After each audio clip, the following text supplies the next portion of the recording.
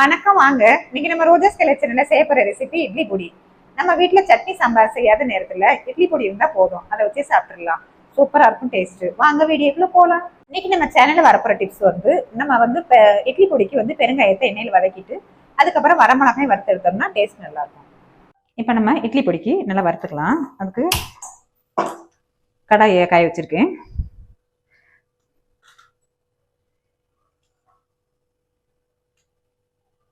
இப்போ இந்த உளுந்து சேர்த்துக்கலாம். உளுந்து நம்ம கைவிடாம நல்லா இளவரப்பா வறுத்துட்டே இருந்தால் தான் டேஸ்ட் நல்லா இருக்கும். ஏன்னா இந்த வறுக்கிறத நம்ம நிப்பாட்டிட்டோம்னா இது இட்லி பொடிக்கு செய்ய தேவையான பொருட்கள்லாம் பார்த்துடலாம். அதுக்கு ஒரு பவுல் உளுந்து எடுத்து வச்சிருக்கேன், அரை பவுல் கடலைப்பருப்பு, கட்டி பெருங்காயம் கொஞ்சம், பூண்டு, கருவேப்பிலை நல்லா ஃப்ரெஷ்ஷானதாக எடுத்துக்கலாம், கல் உப்பு, மிளகு, எள்ளு, வெள்ளை எள்ளு, சீரகம் அரை ஸ்பூன், வரமிளகாய், கொஞ்சம் எண்ணெய். பொடி நல்லா வாசமாக டேஸ்ட்டாக இருக்கணும்னா நம்ம இது உளுந்தை இளவரப்பாக வறுத்துக்கிட்டே இருக்கணும். அதுக்கு கடாயை ஆன் பண்ணி அடுப்பு ஆன் பண்ணி கடாயில் கொஞ்சம் இந்த உளுந்து சேர்த்துக்கலாம். நம்ம கையில் விடாமல் நல்லா வறுத்துக்கிட்டே இருக்கும்போது உளுந்து ஒன்று சொன்ன மாதிரி வறுபடும். இல்லைன்னா வெளியில் கறிகிறோம், உளுந்து வேகாது, டேஸ்ட் நல்லா இருக்காது. நல்லா இப்போ உளுந்து நல்லா வாசம் வந்துருச்சு. இப்போ அதை ஒரு பவுலில் கூட மாற்றிக்கலாம். இப்போ நல்லா உளுந்த வறுத்தாச்சு. இப்போ இதை ஒரு பவுலில் ஆற வச்சுக்குவோம். நல்லா உளுந்து வறுபட்டோடனே நல்லா வாசம் வருது, உளுந்து வாசம். இந்த ஸ்டேஜில் நம்ம ஒரு பவுலில் மாற்றிக்கலாம். அடுத்ததாக கடலைப்பருப்பை வறுத்துக்கலாம்.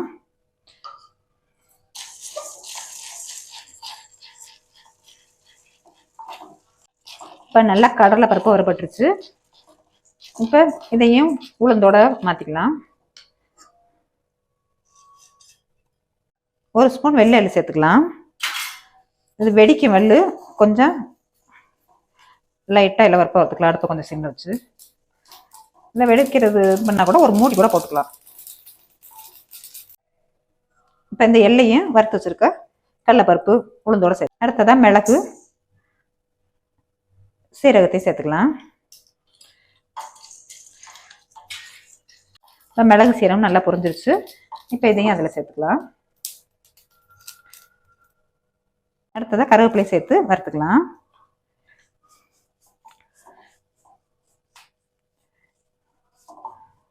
இப்போ கருவேப்பிலை நல்லா வறுத்தாச்சு.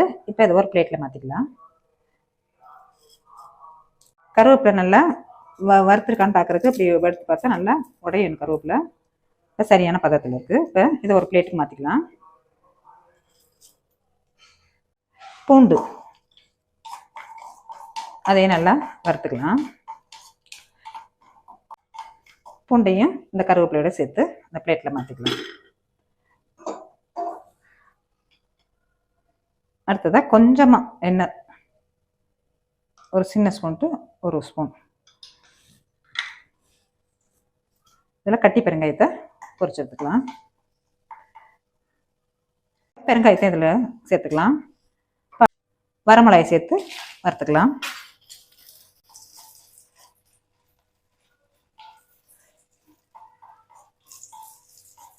வறுத்தாச்சு. இதையும் இந்த பிளேட்டில் சேர்த்துக்கலாம்.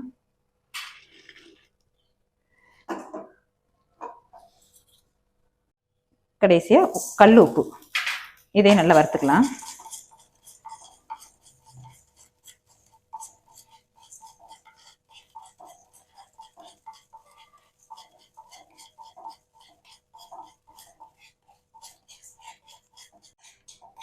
கல் உப்பு நல்லா வறுத்தோம்னா நல்லா கலரை வெள்ளையாக வந்துடும். இப்போ இதையும் வறுத்ததோட சேர்த்துக்கலாம். இப்போ ஜாரு நல்லா கழுவிட்டு சின்ன ஜாரு தான் எடுத்துருக்கேன். இதில் இந்த பெருங்காயத்தை சேர்த்துடலாம். அடுத்ததான் வரமிளகாய். நம்ம இதை மட்டும் ஃபஸ்ட்டு நைஸாக அரைச்சிக்குவோம். கொஞ்சம் நெருன்னு அரைச்சிட்டு அதுக்கப்புறம் மற்றதெல்லாம் சேர்த்து அரைச்சிக்கலாம். இப்போ இட்லி பொடிக்கு இந்த பதத்தில் அரைச்சாச்சு. இதில் இப்போ நம்ம வறுத்து வச்சுருக்க உளுந்து, கடலைப்பருப்பு எல்லாத்தையும் இதையும் சேர்த்து அரைச்சிக்கலாம். இப்போ அதில் கருவேப்பிலை, பூண்டு எல்லாத்தையும் சேர்த்து அரைச்சிக்கலாம். இப்போ இட்லி பொடி ரெடி ஆயிடுச்சு.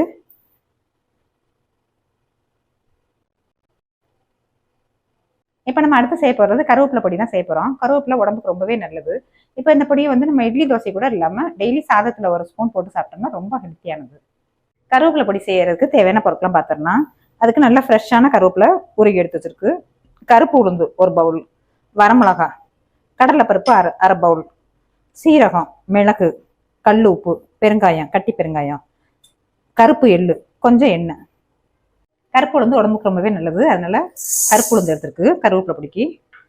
அதை இப்போ நல்லா வறுத்துக்கலாம். இப்போ கருப்பு உளுந்து நல்லா வறுத்தாச்சு. இப்போ இதை ஒரு பவுலில் சேர்த்துக்கலாம். அடுத்ததாக கடலைப்பருப்பையும் வறுத்துக்கலாம்.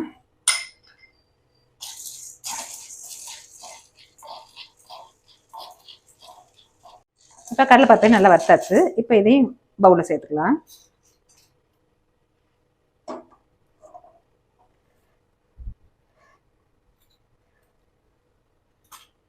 அடுத்ததாக கருப்பெள்ளு அதையும் வறுத்துக்கலாம். கருப்பெள்ளே நல்லா வறுத்துக்கலாம்.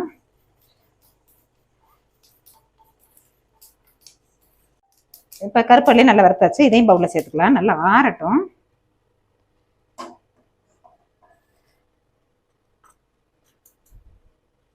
அடுத்ததாக மிளகு ஜீரகம்,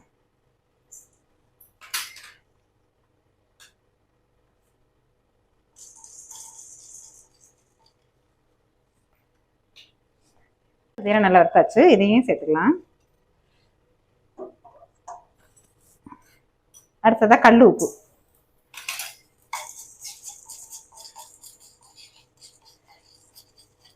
இப்போ இதையும் நல்லா வறுத்தாச்சு. இதையும் சேர்த்துக்கலாம்.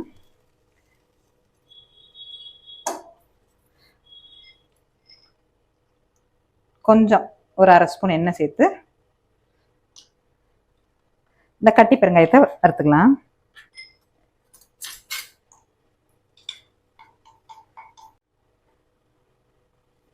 இதையும் எடுத்து இதில் சேர்த்துக்கலாம். அடுத்ததாக வரமிளகா, அடுப்பு ஆஃப் பண்ணிக்கலாம்.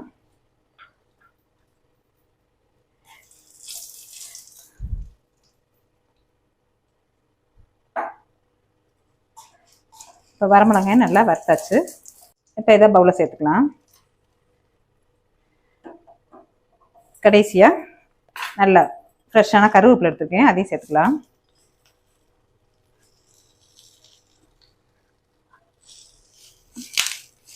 இதையும் நல்லா ட்ரையாக உடையிற வரைக்கும் நல்லா வறுத்துக்கலாம்.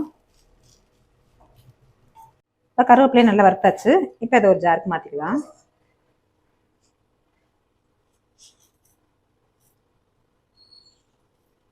இப்போ ஜாரில் சேர்த்துருக்க கருவேப்பிலையோட மிச்சம் எல்லாத்தையும் சேர்த்துக்கலாம். வரமிளகா, இந்த உளுந்தெல்லாம் வறுத்ததெல்லாம் இதில் சேர்த்து அரைச்சிக்கலாம். இப்போ அடுத்ததாக கருவேப்பிலை பொடி ரெடி ஆயிடுச்சு. இப்போ இட்லியை வந்து மினி இட்லியை ஊற்றி எடுத்துருக்கு. இப்போ நம்ம செஞ்ச பொடியில் அதை ஃப்ரை பண்ணி எடுத்துக்கலாம். அதுக்கு கடாயில் கொஞ்சம் நல்லெண்ணெய் சேர்த்துருக்கேன். இப்போ செஞ்ச பொடியை கொஞ்சம் சேர்த்துக்கலாம்.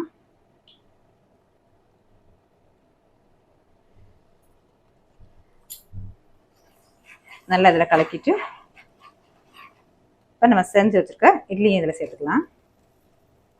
அடுப்பு ஆஃப் பண்ணிக்கலாம்.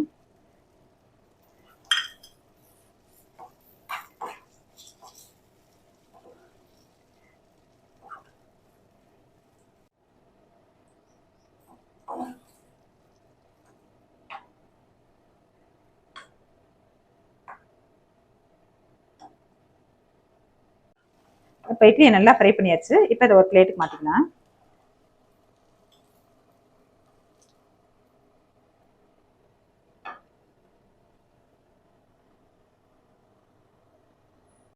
இப்போ இட்லி நல்லா ட்ரையாக வந்துருச்சு. எண்ணெயில் பொடியோடு சேர்ந்து இட்லி பொடி சூப்பராக வந்துருச்சு.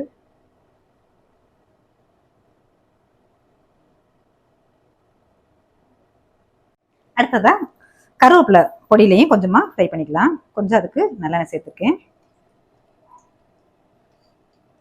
ஒரு ஸ்பூன் கருவேப்பிலை பொடி சேர்த்துக்கலாம். சேர்த்துட்டு இந்த மினி இட்லியை சேர்த்துக்கலாம்.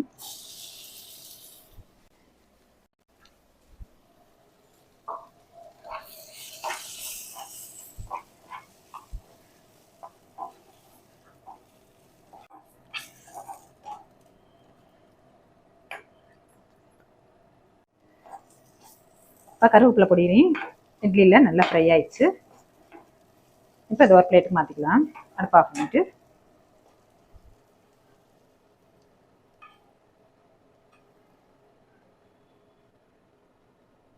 ரொம்ப ரொம்ப டேஸ்டியான ஹெல்த்தியான எம்மியான இட்லி பொடி டக்குன்னு ரெடி ஆயிடுச்சு.